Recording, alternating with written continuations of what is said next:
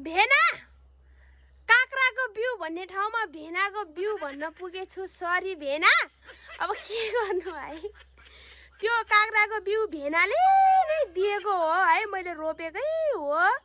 अब मगनीको घरमा ल्याएर रोपिदिएको, झन् भेनाले दिएको बिउ एकदम सानो फलेछ है। छेत्रीले दिएको भइदियो अलि लामो फल्ने थियो होला। अब के गर्नु, मगनीको घरमा फेरि बारीमा काँक्रा खोज्न गएको, भेनाले दिएकै बिउ हो यो। यो चाहिँ छेत्रीले दिएको बिउ करेलाको, यो चाहिँ मगरले दिएको काँक्राको बिउ हो। अगाडि खुर्सानी पनि छ। भेना अब के गर्नु, मगनीको घरमा फलेको काँक्रा यस्तो छ हालत।